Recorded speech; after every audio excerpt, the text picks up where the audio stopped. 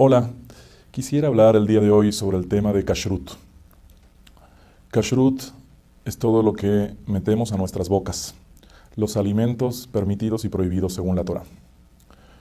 Uno puede llegar a pensar, ¿qué tan complicado es el kashrut? Pues yo reviso si es de que no contiene el producto ningún cárnico, nada de cerdo, no tiene carne con leche. Ya con eso es suficiente para poder asegurar que lo que estoy comiendo es kasher. ¿Por qué se necesitan hacer listas completas y detalladas de diferentes productos, cuáles sí, cuáles no, que incluyan refrescos, mayonesas, catsup, salsas? ¿Qué necesidad hay de tanto detalle? ¿No es más sencillo si cada quien solamente revisa los ingredientes que aparecen en la etiqueta del producto y decide para sí mismo si el producto es kasher o no? La verdad es de que hoy en día, en el mundo en general, y más aún en México, la industria alimenticia se está volviendo cada vez más sofisticada. Digo que especialmente en México, porque México no se queda atrás de los demás países del mundo y hasta en muchas ocasiones es un país donde más innovación se encuentra y más variaciones y variedades en todo lo que es relacionado a la producción de alimentos. Si en otros países pueden haber fábricas que se dedican a uno o dos o tres o 10 productos nada más, pues en México podemos encontrar fábricas donde se elaboran 100 o 200 o 300 o 400 productos en diferentes procesos y en diferentes áreas y todo bajo un mismo techo y en ocasiones utilizando el mismo equipo. Eso es una parte muy importante porque según las leyes de la Torá no se permite consumir un producto aunque sea 100% kasher si es de que fue elaborado en un equipo, en una olla, con utensilios que no son kasher, que han sido utilizados para productos no kasher. Entonces ahí ya tenemos el primer detalle. Aunque veamos que todos los ingredientes que aparecen en el panel, en la etiqueta del producto, son aparentemente kasher, ¿cómo sabemos en qué equipo se elaboró ese producto? ¿Qué olla se utilizó? ¿Qué utensilios se utilizaron? Eso no lo podemos saber si no investigamos más a fondo, si no visitamos la fábrica y verificamos que realmente el producto no haya tenido contaminación cruzada, no se haya contaminado de otros productos no kasher. Y uno dirá, bueno, pero las fábricas no limpian, seguramente sí limpian, y hasta limpian con agua caliente. Lo que normalmente es la forma como se kasheriza un utensilio, poniéndolo en agua caliente o utilizando fuego, dependiendo su uso. La respuesta es que sí es cierto, sí se realizan limpiezas, pero no siempre con agua, y no siempre con agua caliente, y no siempre con agua que esté suficientemente caliente según la temperatura que el halajá nos exige, para entonces considerar que el siguiente producto fue elaborado de forma lícita en ese equipo. Vamos a hablar sobre algunos productos como ejemplo, para ilustrarnos cómo a veces cosas que ni las hubiéramos pensado son ingredientes que ni hubiéramos pensado son los que se utilizan para elaborar los productos que comemos día a día. Y esto nos ilustra cómo debemos ser tan cuidadosos y sí, seguir las listas de kashrut al pie de la letra, verificar que cada producto que compramos es 100% kasher, que haya sido verificado, supervisado y certificado. Algunas de las cosas que vamos a mencionar pueden ser polémicas en el sentido de que hay diferentes opiniones al respecto. Sabemos nosotros que en nuestra Sagrada Torá, desde ya milenios, han habido diferentes opiniones en cuestiones de halajá, de cómo se dictaminan las leyes, y eso también ocurre en las leyes de kashrut. Pero lo que vamos a hablar ahora es más que todo según las normas aceptables de forma internacional, aceptadas por las agencias de kashrut, especialmente las de nuestra zona, las de nuestra área, que es el continente americano, las normas de kashrut que normalmente las agencias estadounidenses utilizan para certificar sus productos. Un ejemplo es el colorante, el color carmín, que es un color natural y por eso es de que es muy costoso y a la vez muy cotizado en el sentido de que las diferentes fábricas prefieren utilizarlo para denominar su producto que es natural. Este color carmín, ¿de dónde viene? Viene de la cochinilla, que es un insecto no kasher. Y eso lo podemos encontrar en diferentes cosas. Puede ser alguna mermelada o cualquier cosa que tenga un color rojo. Tenemos el detalle de la grenetina. La grenetina, que así se llama en México, aunque en el resto del mundo se llama gelatina o gelatina en inglés, es un producto que uno dice, bueno, se usa solo para gelatinas, pero no es cierto. Se puede llegar a usar para diferentes productos, como un yogurt, donde se usa la grenetina como un agente que le da cierta solidez al producto, que le da cierta textura al producto. Y así también se puede llegar a utilizar en diferentes productos de repostería, por ejemplo. Y todo eso en ocasiones sin que nos demos cuenta, sino es de que nos fijamos bien en los ingredientes e incluso en ocasiones, aún fijándonos, no es suficiente, porque en ocasiones, cuando son ingredientes menores, no se declaran en lo que es el panel de ingredientes del producto. Un ejemplo, digamos, de algo que incluso los que estamos relacionados al trabajo de kashrut no nos imaginábamos hasta hace un tiempo, es el tema de los chiles secos. Estamos acostumbrados de que en cualquier mercado o en el súper, en bolsas ya se venden o a granel, compramos los chiles secos, el chile guajillo, el chile chipotle, el chile morita y muchos otros tipos de chiles que a veces son solo variaciones en nombre y el mismo producto. Uno diría, bueno, el chile es un producto de campo. ¿Qué riesgo tiene? ¿Tiene algún riesgo de kashrut? Pues es interesante decir que sí. La verdad, el chile que brilla tanto, no siempre brilla porque es su brillo natural, sino en ocasiones es un aceite que se le pone para que brille más, y no nada más por cuestión estética, para que se vea más bonito. También el aceite ayuda para conservar la humedad del chile. Si un chile no se le pone aceite, se va secando con el tiempo y va perdiendo su peso. Es una pérdida económica para el productor o para quien quiere vender el producto. En un caso nos comentaron, como un dato curioso, de que los chiles cuando ya están secos a veces están como un poco infladitos.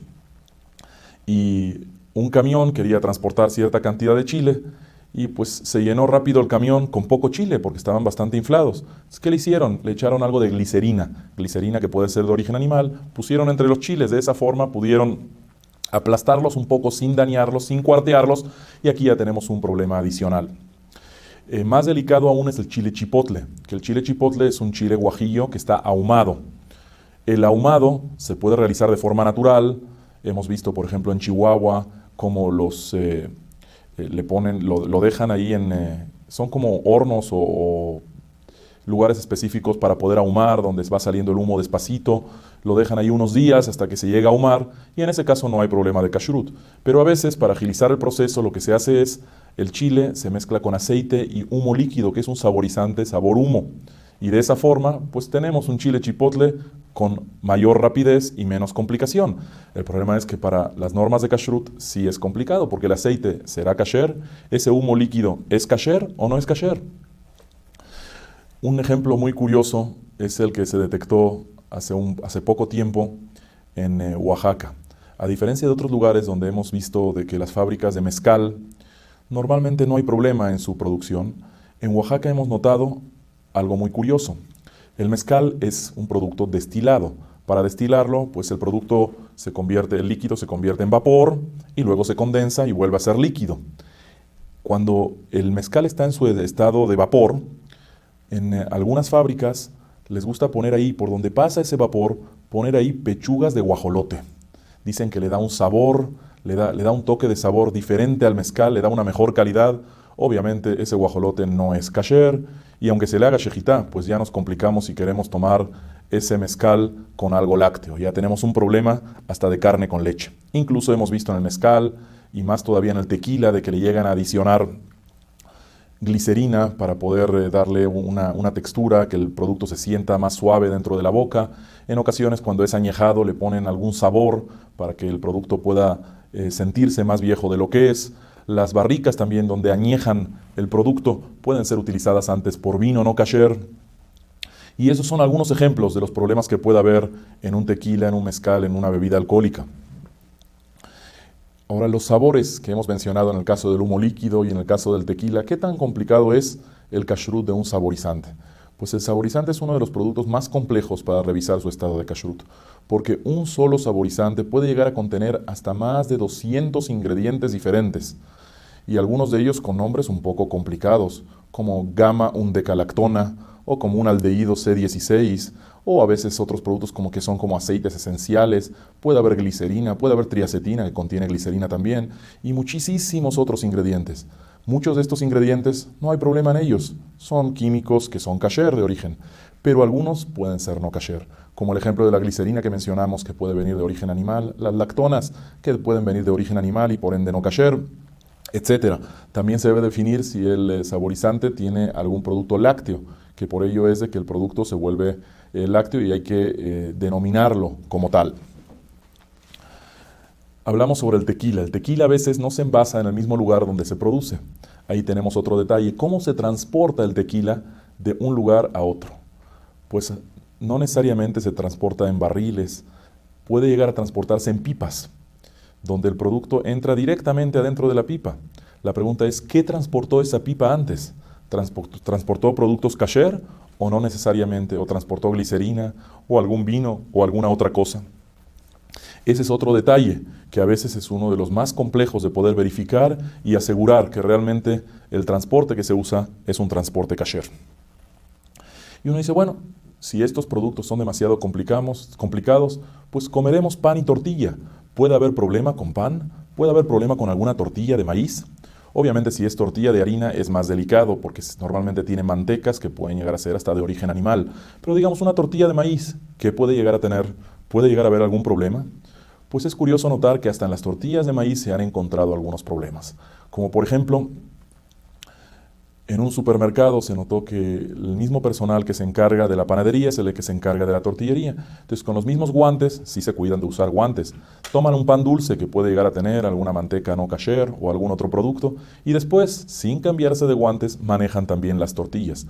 En un supermercado notamos de que por falta de espacio tienen el horno rostizador pegado a la máquina donde se elabora la tortilla. Entonces va saliendo la tortilla y el pollo uno al ladito del otro. ¿Qué controles hay? ¿Qué seguridad hay? Aunque normalmente se pudiera decir que una tortilla es un producto de bajo riesgo y se pudiera llegar a permitir, pero obviamente si uno puede buscar una tortilla que sea kasher, que tenga las garantías necesarias, es preferible para de esa forma poder garantizar que lo que está comiendo es 100% kasher. No hay que olvidarse que también la tortilla ya no es solo maíz. Tiene otros ingredientes, a veces harina de trigo y unos ingredientes adicionales que entre todos podemos llegar a considerar que finalmente sí hay cierto riesgo en la elaboración de la tortilla. Ahora el pan, ¿un pan qué puede llegar a tener?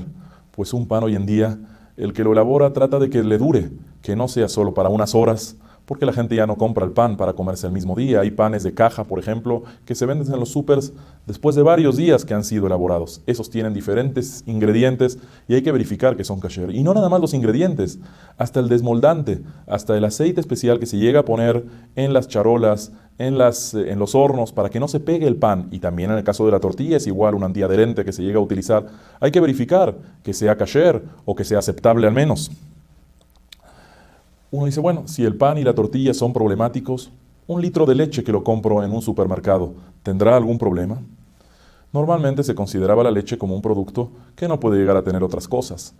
Es cierto, aunque llega a tener vitaminas, especialmente en México se llega a adicionar vitaminas, pero en México hay algo curioso, un detalle adicional, que son las fórmulas lácteas. Es una leche más barata que se le quita su grasa original, la grasa láctea, que se vende más cara, y le adicionan grasas de otros orígenes, que pueden llegar a ser orígenes prohibidos, esas grasas pueden ser no kasher. El problema es que no solo las fórmulas lácteas son las que quedan como un producto complicado en cuestiones de kashrut, sino el equipo que se usa para pasteurizar o ultrapasteurizar la fórmula láctea en muchas ocasiones es el mismo equipo que se usa para pasteurizar también la leche. Por eso es que leche sin hechsher no se debe de consumir. Ahora, ¿la fruta seca tiene algún problema? Sí, la fruta seca puede llegar a tener complicaciones. En el caso, por ejemplo, de la pasa de uva, se le pone un aceite. ¿Ese aceite es kasher? No siempre. Hay que asegurarse que sí lo sea, viendo que la pasa de uva tenga su kashrut correspondiente. Está, por ejemplo, el caso de las manzanas deshidratadas, donde les adicionan estearatos para su conservación, y el estearato pues, puede llegar a ser de origen animal. Hay, por ejemplo, unos chabacanos, que como dato curioso nos dijeron que allá en Turquía, de donde llegan muchos de ellos, los inyectan de aceite de soya para que sean más suavecitos, para que cuando uno los coma los sienta como que están frescos, recién hechos. ¿La miel tiene algún problema? Miel de abeja 100% natural.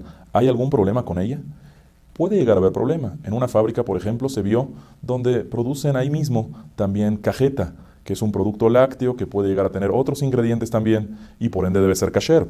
En una fábrica adicional vimos que para potenciar el sabor de la miel o para igualarlo, porque puede llegar a venir de diferentes lugares, le adicionan un saborizante, que nuevamente tenemos ahí el detalle de que debe ser kasher y se debe de garantizar su kashrut. Como conclusión, creo yo de que debemos no comer ningún producto sin poder estar seguro antes que es kasher. No como se decía, todo producto es kasher a menos que se compruebe lo contrario, sino como se dice actualmente, ningún producto es kasher a menos que se compruebe lo contrario. Aquí en México tenemos la ventaja que podemos entrar en el internet, en kosher.mx, y podemos llegar a ver toda la lista de los productos autorizados que hay en México y de esa forma poder garantizar que lo que estamos comiendo es 100% kasher. Es un esfuerzo de un principio poder acostumbrarse a solo comprar productos de la lista, pero con el tiempo uno se va acostumbrando y se va y puede después garantizar de que su casa es 100% kasher. Ojalá siempre tengamos esa facilidad y esa garantía para nuestras familias de que nuestro hogar es kasher y así podamos sentirnos tranquilos que estamos cumpliendo con la voluntad de Hashem debidamente. Muchas gracias y sigamos en la programación de Torah.tv.